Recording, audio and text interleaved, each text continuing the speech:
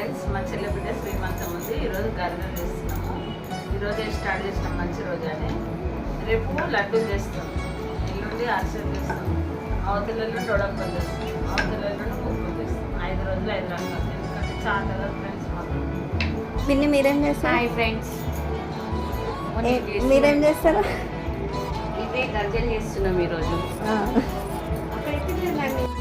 Hi friends, అందరు మా చెల్లెళ్ళు మా అక్క గర్జలు చేస్తూ నేను గౌరవిస్తున్నాను. మా బిడ్డ శ్రీమంతం మీరు కూడా రండి. ఏడికి రావాలి? ఫంక్షన్కి. ఓకే. కుంకుమిచ్చి